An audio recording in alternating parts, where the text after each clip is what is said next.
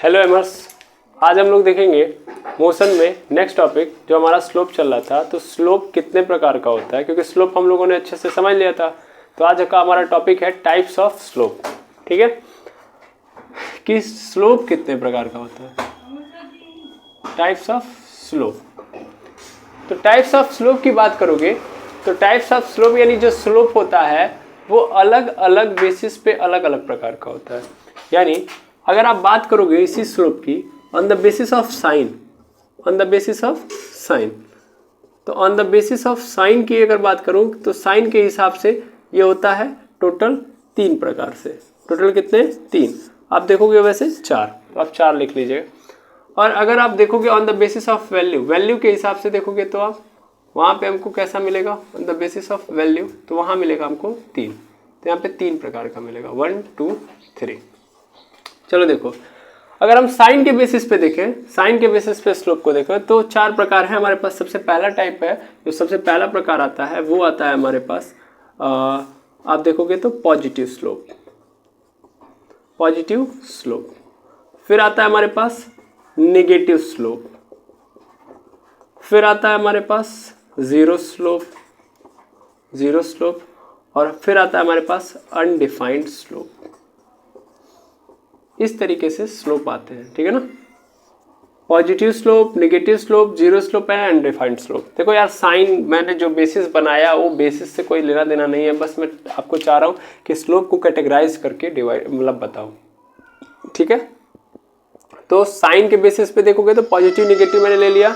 उसके बाद अगर बात करोगे वैल्यू के बेसिस पे, तो वैल्यू के बेसिस पे आपको फिर 3 नजर आएंगे। वो 3 कौन कौन से होंगे? तो सबसे पहला आएगा कांस्टेंट स्लोप, कांस्टेंट स्लोप। फिर आता है इंक्रीजिंग स्लोप, इंक्रीजिंग स्लोप। फिर आता है डिक्रीजिंग स्लोप, ठीक है, इंक्रीजिंग स्लोप, डिक्रीजिंग स्लोप। तो वैल्यू के बेसिस पे हमारे पास फिर 3 प्रकार के नजर आएंगे। अब हमको क्या करना है, इन्हीं टाइप्स को समझ लेना है ताकि हमारा स्लोप का जो कॉन्सेप्ट है वो अच्छे तरीके से क्लियर हो जाए। क्योंकि हमको स्लोप निकालने आ गया है, स्लोप का मतलब समझ में आ गया है, बस हमको टाइप समझ में आ जाएगा तो हम किसी भी क्या बोलते हैं ग्राफ को देखेंगे तो उसके स्लोप को देख के हम आराम से इजीली डिफाइन कर सकते हैं कि उसके अंदर क्या क्या चीज़ें हैं, क्या क्या चीज़ें नहीं है। ओके, तो चलिए सबसे पहला अगर हम देखेंगे पॉजिटिव स्लोप, चलिए इस पर बात करते हैं हम लोग। तो मैं इसको मिटा रहा हूँ, अभी इसको मैं बाद में बात करूंगा। सबसे पहले मैं साइन वाले पे देखता हूँ। तो देखो, सबसे पहले मेरे पास आता है पॉजिटिव स्लोप। पॉजिटिव स्लोप मतलब सिंपल सिंपल, अगर मान लीजिए जो tan थीटा है, इसमें थीटा जो है वो थीटा जो है वो एक्यूट एंगल है। वो क्या है? Acute angle.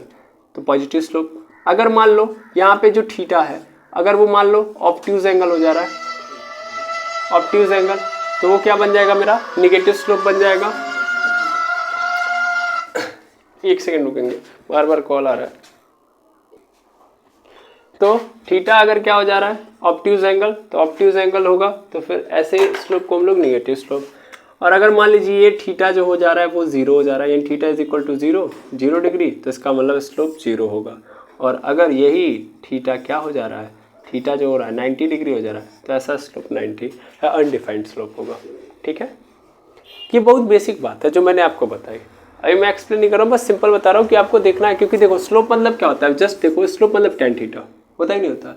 और अगर थीटा की वैल्यू एक्यूट एंगल तो पॉजिटिव स्लोप, स्लोप मतलब tan थीटा। और अगर थीटा की वैल्यू ऑब्ट्यूज एंगल तो निगेटिव स्लोप। अगर स्लोप मतलब tan थीटा और थीटा की वैल्यू अगर 0 डिग्री तो 0 स्लोप। अगर slope is equal to tan theta और थीटा की वैल्यू 90 डिग्री तो फिर क्या हो गया? ये अनडिफाइंड स्लोप। अब इसका कारण भी है, देखो हम लोग बात कर रहे थे इससे पहले वाले वीडियो में ट्रिग्नोमेट्रिक साइन की, और उस ट्रिग्नोमेट्रिक साइन के अंदर जब हम बात कर रहे थे तो ट्रिग्नोमेट्रिक साइन की मैं प्रॉपर्टी आपको बता दूं, उनमें भी एंगल डाल डाल के चेक किया गया और कई सारे एंगल्स को फाइंड आउट किया गया, तो सबकी वैल्यू बताई गई। ठीक है, मैं आपको क्या कर रहा हूँ, यहाँ पे एक चार्ट बना दे रहा हूँ जिसकी जरूरत मुझे बहुत कम है, लेकिन मैं फिर भी बना दे रहा हूँ ताकि आपको ये समझना चाहिए कि मान लो यहाँ पे 0 डिग्री है, फिर 30 डिग्री है, फिर 45 डिग्री, 60 डिग्री है, 90 डिग्री। ठीक है, और अगर मान लो साइन है तो साइन 0 की वैल्यू कितनी होगी? 0। साइन 0 की वैल्यू 0। साइन 30 की वैल्यू 1/2। साइन 45 की वैल्यू 1/√2। साइन 60 की वैल्यू √3/2। और साइन 90 की वैल्यू क्या होगी? तो वो हो जाएगी 1। अब आप कहोगे सर ये क्या बला है, ये क्या आप बता रहे हैं? मतलब मैं ये बता रहा हूँ कि मान लो एक ट्राइंगल है, राइट एंगल ट्राइंगल है, सपोज कर लो राइट एंगल ट्राइंगल है। ठीक है, तो ए बी सी मैंने ले लिया और यहाँ पे तो 90 डिग्री होगा। मैंने यहाँ पे क्या लिया है, थीटा लिया है। ठीक है, क्या लिया है, थीटा एंगल लिया है। तो अगर मैं इस थीटा को ले रहा हूँ तो मेरा साइन थीटा क्या होगा, sine theta is equal to, तब इसके सामने वाला परपेंडिकुलर, ये क्या बन जाएगा, बेस, और ये तो हाइपोटेनस ऑलरेडी बनता है। Sine theta is equal to क्या होगा, परपेंडिकुलर अपॉन हाइपोटेनस। अब मान लो अगर इस थीटा की वैल्यू मैंने क्या रख दी, 30 रख दी, मतलब इस थीटा यानी इसके बीच में, यानी इस BC और AC लाइन के बीच में एंगल कितना बन रहा है, 30 डिग्री। तो इसका मतलब क्या हो जाएगा, साइन 30 डिग्री हो जाएगा। और उस कंडीशन में देखा गया P अपॉन H जो होता है वो बराबर हो जाता है 1/2 के। किसके बराबर हो जाता है, 1/2 के। समझ पा रहे हैं, यानी P अपॉन H का जो रेशियो होता है किसमें कन्वर्ट हो जाता है, 1/2 में। कब, जब यहाँ पे थीटा की वैल्यू मैंने कितनी रखी, 30 रखूंगा तो P अपॉन H का रेशियो 1/2। अगर मैं इस थीटा की वैल्यू 45 रख दूंगा तो P रेशियो H निकालोगे तो क्या होगा, वो हो जाएगा सर 1/√2। ठीक है ना, इस फॉर्मेट में चेंज हो जाएगा। क्लियर है बात, मतलब मान लो अगर परपेंडिकुलर मेरा कितना है, 4 है, तो हाइपोटेनस मेरा कितना होगा, 8। इस कंडीशन में बन जाएगा 4 एकम 4, 4 दूना 8, 1/2 बनाएंगे भी बना। यानी अगर परपेंडिकुलर 4, मतलब मान लेते हो परपेंडिकुलर 4 सेंटीमीटर है, हाइपोटेनस 8 सेंटीमीटर है। मैंने आपको हमेशा बताया कि हाइपोटेनस की जो साइड होती है सबसे लंबी होती है। अब मैं परपेंडिकुलर और हाइपोटेनस का रेशियो निकालूंगा तो क्या निकल के आ रहा है, 1/2। तो इसका मतलब यहाँ पे जो एंगल होगा कितना होगा, 30 डिग्री। ठीक है ना, ये एंगल यही बता रहा होता है। समझ पा रहे हैं, हाँ या ना, एक बार और एक्सप्लेन करो, एक बार और एक्सप्लेन कर देता हूँ मैं, समझिए ध्यान से। मान लीजिए ये एंगल्स क्या डिफाइन कर रहे हैं, मान लीजिए तो साइन में हो गया। चलिए सबसे पहले सबका लिख देते हैं, पहले पूरी चार्ट को बना देते हैं। कॉस में देखूँ मैं, कॉस को उसका कॉस लिखने जाओगे तो इसका उल्टा कर दो, एन 90 तो यहाँ पे 1, मतलब 1 है ना 90 में साइन में, तो यहाँ पे करो 1। फिर 60 पे यहाँ पे क्या है, 30 पे आ जाएगा वही वैल्यू। 45 वाला तो सेम ही रहेगा, ये 1/2, ये 0। पलट दिया साइन को तो कॉस का मिल गया। टैन का निकालो, टैन कैसे निकलता है, इन दोनों का अपान कर दो, साइन अपॉन कॉस, 0/1, 0/1 क्या हो जाएगा, 0 हो जाएगा, नहीं हो जाएगा, 0/1 0। अच्छा 1/2 √3/2, 1/2 से 1/2 कैंसिल, 1/√3 आ जाएगा। यहाँ पे 1/2 से 1/2 कैंसिल, क्या बच जाएगा 1। यहाँ भी नीचे वाला 2 से 2 कैंसिल हो जाएगा, क्या बचेगा केवल √3 और 1/0। अब 0 से 1 में डिवाइड करूँगा क्या मिलेगा, अनडिफाइंड। अनडिफाइंड मतलब उसको हम डिफाइन नहीं कर सकते। आपको पता होगा मैथ के अंदर ये चीज़ हम कभी नहीं डिफाइन कर सकते, नॉट डिफाइंड। ये नॉट डिफाइंड, इस बात को दिमाग में रखिएगा। कभी भी 0 से डिवाइड करोगे तो क्या मिलेगा, नॉट डिफाइंड। ये आज तक बताया नहीं गया, ये मैथ का क्या है, पैराडॉक्स है। यहाँ पे मैथ क्या हो जाता है, फेल हो जाता है। ठीक है ना, कई ऐसे कंडीशंस हैं जहाँ पे मैथ आके अपना पूरा थ्योरम फेल कर देता है। कॉट निकालना है, उल्टा कर दो, अनडिफाइंड √3 1, 1/√3 0 मिल गया कॉट का। सेक निकालो, सेक निकालोगे तो क्या होगा, सेक इसका उल्टा होगा, 1 हो जाएगा, 2/√3। देखो सेक कॉस का उल्टा होता है, मैंने पहले ही पढ़ाया हुआ है, तो इसको उल्टा करते जाओ, 2/√3 इसको करोगे, √2/1 ये √2 होगा, 2/1 यानी 2 हो जाएगा। और 0/1 का मतलब क्या होता है, अनडिफाइंड। अरे भाई 0/1 है, मान लो इसके नीचे कुछ नहीं तो 1 है, पलट दूंगा तो 1/0, 1/0 का मतलब क्या होगा, अनडिफाइंड।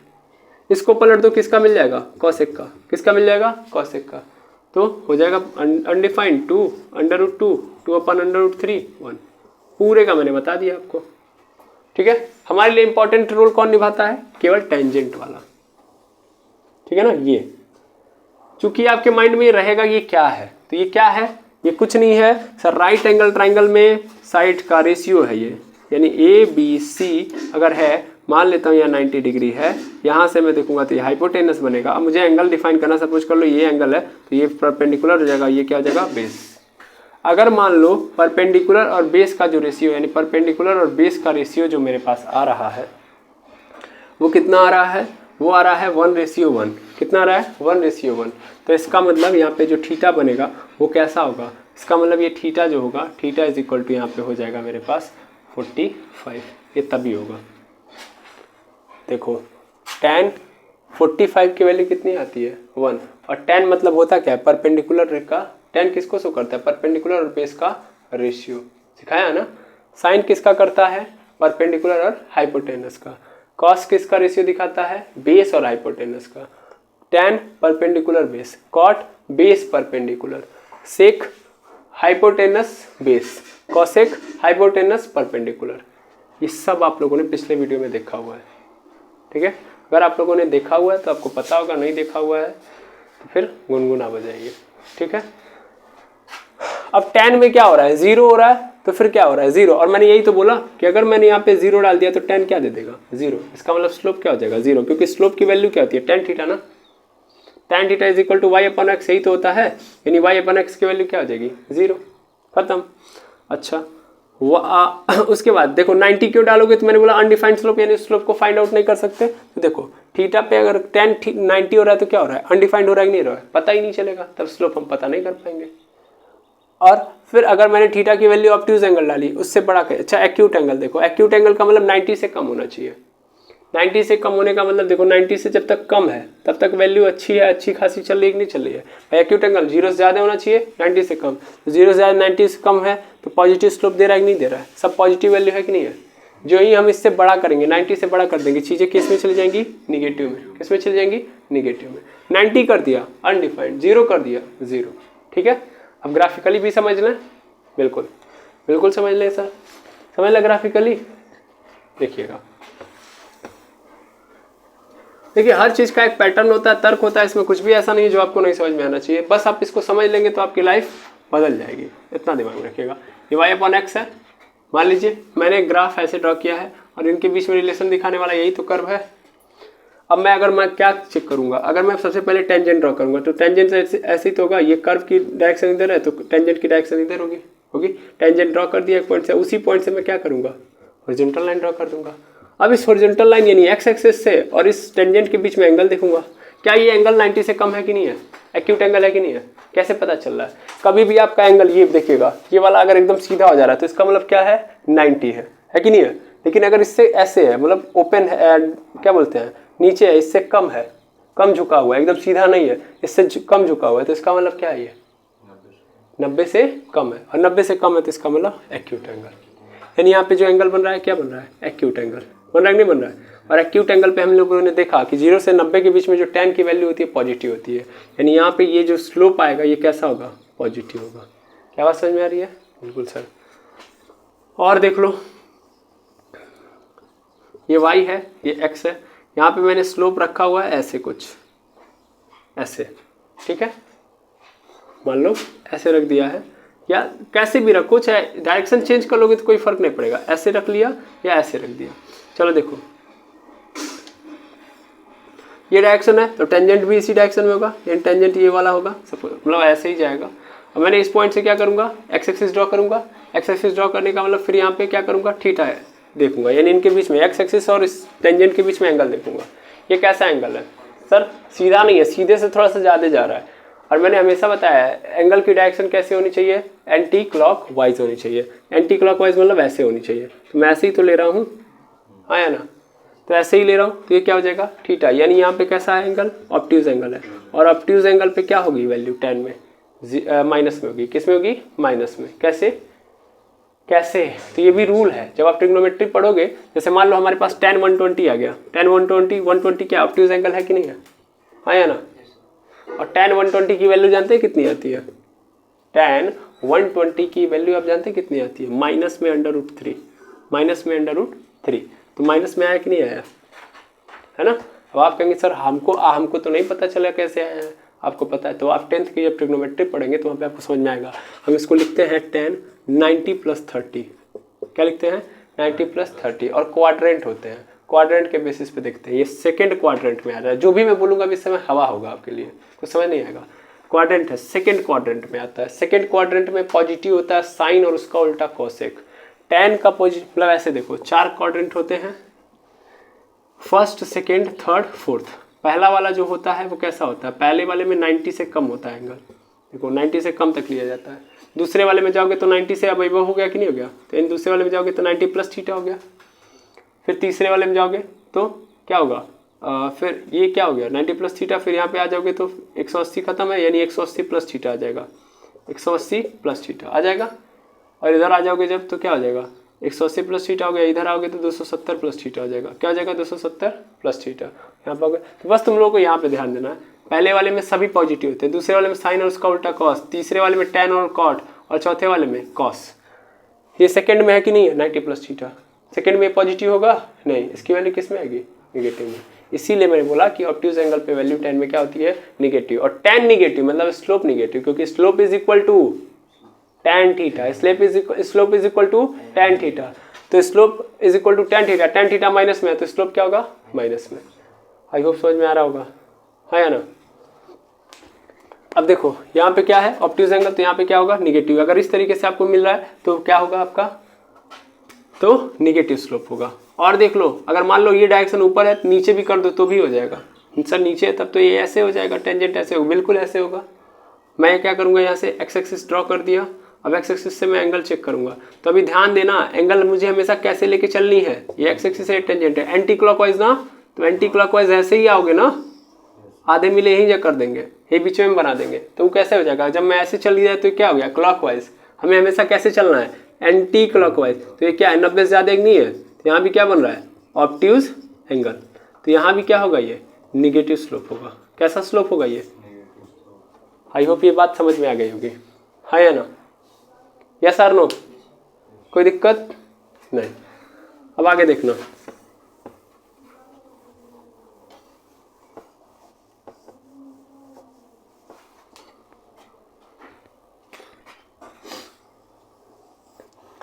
Zero slope. देखो मान लो ये वाई एक्सिस है, ये एक्स एक्सिस है। अब मान लो तुमने कोई स्लोप ऐसे ड्रॉ किया है, मान लो तुमने एक ऐसी लाइन ड्रॉ कर दी है ऐसे, ठीक है, यानी जो कर्व है वो कुछ इस प्रकार से है। अब एक बात होता है, इसमें टेंजेंट ड्रॉ करूंगा, टेंजेंट इसी डायरेक्शन में तो होगा, इसी डायरेक्शन में, और इसी डायरेक्शन में क्या होगा, मेरा एक्स एक्सिस भी होगा। अब एक्स एक्सिस और इस टेंजेंट के बीच में एंगल कितना है, 0। जब एक लाइन के ऊपर ही दूसरी लाइन लाई करती है तो दोनों लाइन के बीच में एंगल कितना बनता है, 0। यानी यहाँ पे कोई एंगल क्रिएट हो रहा है नहीं, तो 0 एंगल है। 0 एंगल होने का मतलब यहाँ पे स्लोप क्या है, 0। और स्लोप 0 होने का मतलब यही चीज पकड़ना है तुमको, स्लोप यहाँ पे क्या है, 0।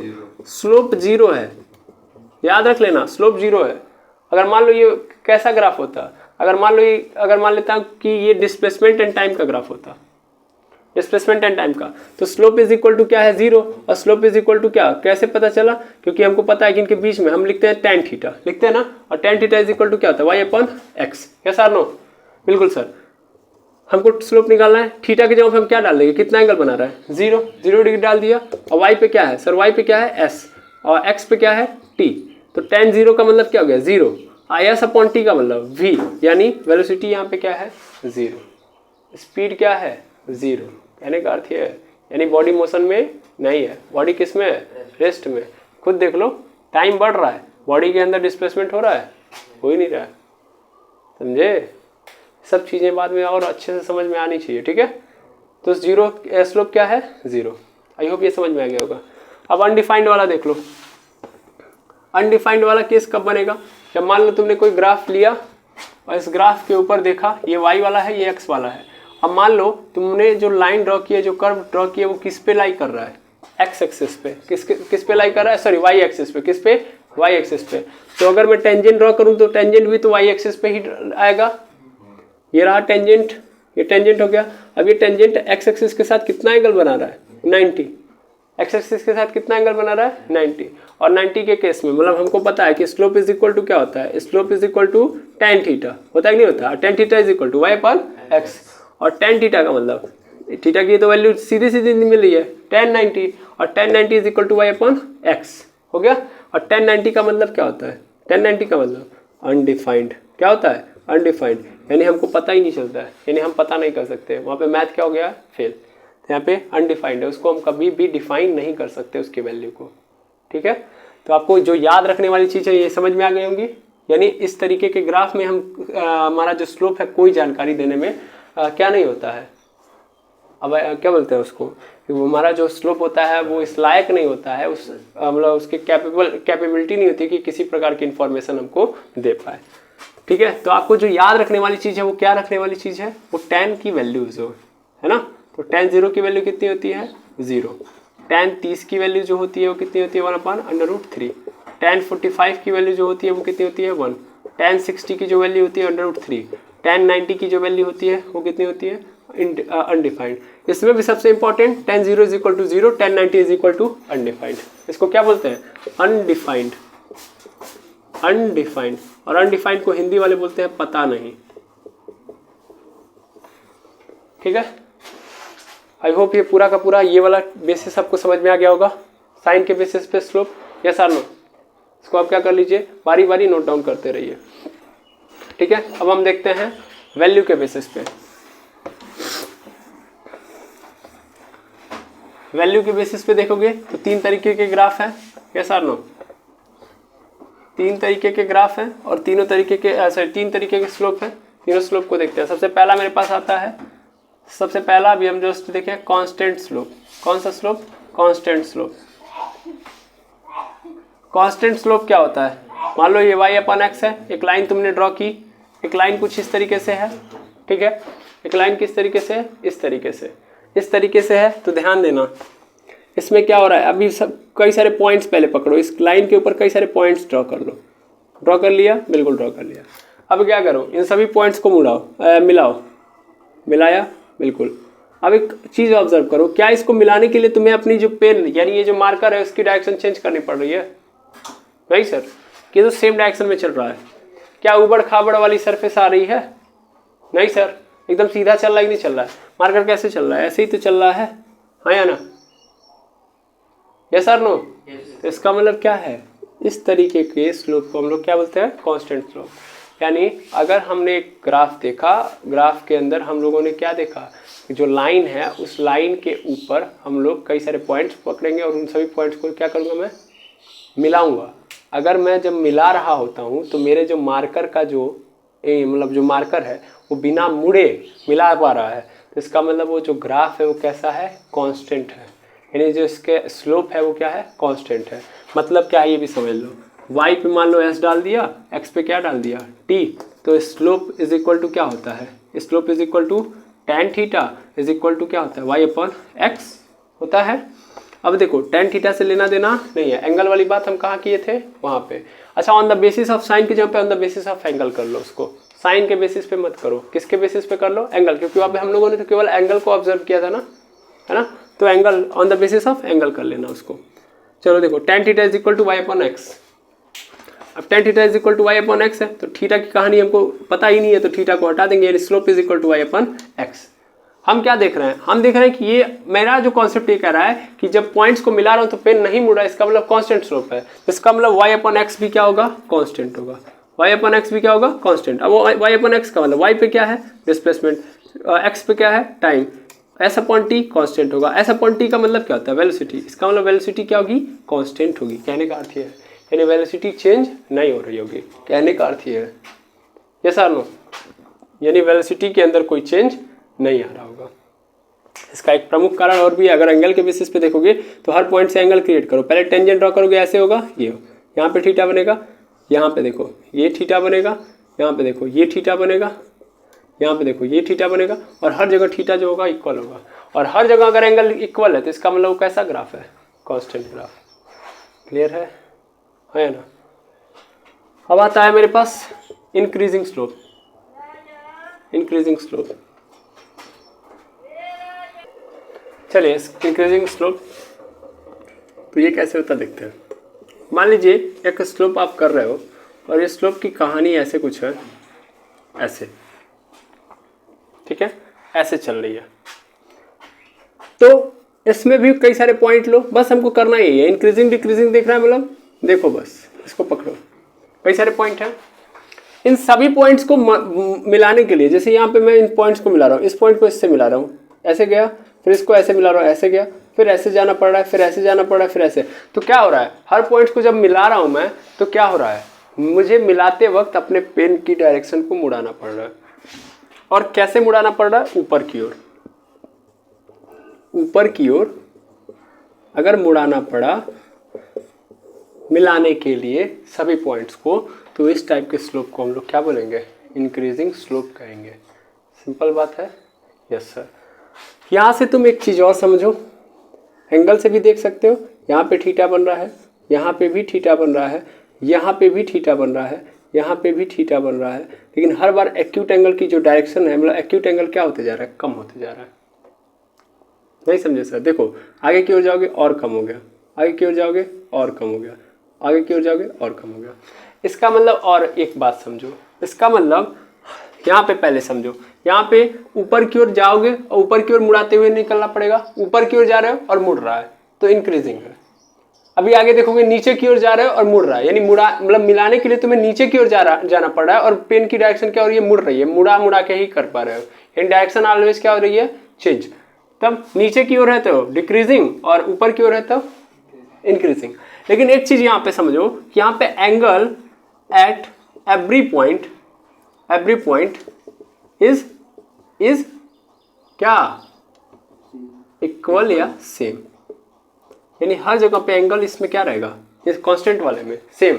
जबकि यहाँ पे क्या होगा, आगे की ओर जाने पे डिक्रीज होगा, आगे की ओर जाने पे एंगल क्या होगा, डिक्रीज होगा।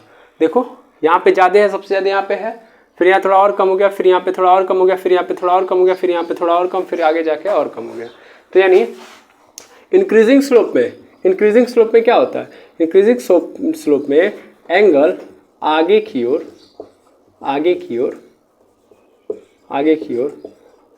जाने पर क्या होता है, डिक्रीज होता है। ठीक है ना, आगे की ओर जाने पर क्या होता है, डिक्रीज होता है। तो 2 पॉइंट, ऊपर की ओर जा रहे हो डायरेक्शन ऑलवेज मुड़ रही है तो इंक्रीजिंग है, और आगे की ओर जाने पे एंगल ऑलवेज क्या हो रहा है, डिक्रीज हो रहा है, तो इसका मतलब क्या है, इंक्रीजिंग स्लोप है। ठीक है, आया समझ में? बिल्कुल सर। अब इसी चीज को मतलब डिक्रीजिंग वाला भी देख लिया जाए। डिक्रीजिंग स्लोप के अंदर भी इसी चीज को मतलब डाल के चेक करते हैं। y/x है, यहाँ पे मैंने कोई ग्राफ ऐसे बना दिया, ऐसे समझिएगा ध्यान से, ऐसे बना है। इस ग्राफ की डायरेक्शन किधर की ओर है, नीचे की ओर। इस ग्राफ की डायरेक्शन किधर की ओर थी, ऊपर की ओर। ठीक है, अभी इसको अगर देखोगे तो पहले यहाँ पे था, फिर अगले टाइम में ये यहाँ पे हो जा रहा है, फिर मतलब अगर मान लो टाइम को रख रहे हो तो टाइम बढ़ रहा है तो ये किधर की ओर आ रहा है, नीचे की ओर। टाइम बढ़ रहा है तो किधर की ओर जा रहा है, नीचे की ओर, यानी ये नीचे जा रहा है। तो इसमें क्या होगा, इसमें अगर आप बात करोगे तो ये इस टाइप के स्लोप को हम लोग डिक्रीजिंग कहेंगे। और यहाँ पे फिर से देखो, इसके हर पॉइंट्स को मुड़ाने के लिए हमेशा हमारे जो पेन की डायरेक्शन है उसको क्या करना पड़ेगा, मुड़ाना पड़ेगा। और मुड़ा भी किधर की ओर रहा है, नीचे की ओर। तो यानी नीचे की ओर मुड़ाना पड़ रहा है, नीचे की ओर मुड़ाना पड़ रहा है for meet to every point of curve. जो कर्व ड्रॉ किया गया है उसके सभी पॉइंट्स को मिलाने के लिए हमें नीचे की ओर मुड़ाना पड़ रहा है। ठीक है ना, वैसा नहीं। देखो मैं हिंदी इंग्लिश मिक्स में करके समझाता हूँ, रीजन बिहाइंड इट, क्योंकि मैं चाहता हूँ कि आपको समझ में आए, बस कॉन्सेप्ट समझो। बाकी तुम्हारे पास थ्योरी, नोट्स, फलाने ढेगाने ये सब चीज़ें मिल जाएंगी, लेकिन एक्सप्लेनेशन सबसे इंपॉर्टेंट है। एक्सप्लेनेशन यानी तुमको समझ में आ जाएगा तो तुम किसी भी भाषा का प्रयोग करके लिख सकते हो। ठीक है, तो यहाँ पे देखो, यहाँ पे नीचे की ओर मुड़ जाना पड़ रहा है और मिलाने के लिए नीचे की ओर जाना पड़ रहा है, और हर बार पेन की डायरेक्शन मुड़ जा रही है। इसका मतलब इस टाइप के स्लोप को ही हम लोग क्या बोलेंगे, डिक्रीजिंग स्लोप। ये तो पहली तरीका हो गया। और अगर हम एंगल के बेसिस पे देख लें तो एंगल के बेसिस पे देखोगे यहाँ पे, तो मान लो ऐसे करोगे तो एंगल थोड़ा क्या होता जाएगा, एक्स एक्सिस कम है, आगे की ओर क्या होते जाएगा, कॉन्स्टेंटली बढ़ता जाएगा। आगे की ओर जब देखोगे तो आगे की ओर मान लो ये हो गया, और फिर ये देखो, ये आगे की ओर क्या होते जाएगा, बढ़ता जाएगा। आगे की ओर क्या होते जाएगा, बढ़ता जाएगा। यानी यहाँ पे एंगल ऑलवेज क्या हो रहा होगा, क्योंकि यहाँ पे बन नहीं पा रहा है क्योंकि मैंने छोटा कर दिया है, नहीं तो मैं आपको बना के दिखा पाता। ये ऐसे किया, ये ऐसे कर दिया, तो आप देखोगे ना ये एंगल क्या हो रहा होगा, बढ़ रहा होगा। एंगल क्या हो रहा होगा, हर बार बढ़ रहा होगा। तो यहाँ पे एंगल, जैसे यहाँ पे आगे की ओर जाने पे क्या हो रहा है, घट रहा है ना, आगे की ओर जाने पे क्या हो रहा है, घट रहा है। यहाँ पे क्या होगा, एंगल आगे की ओर जाने पर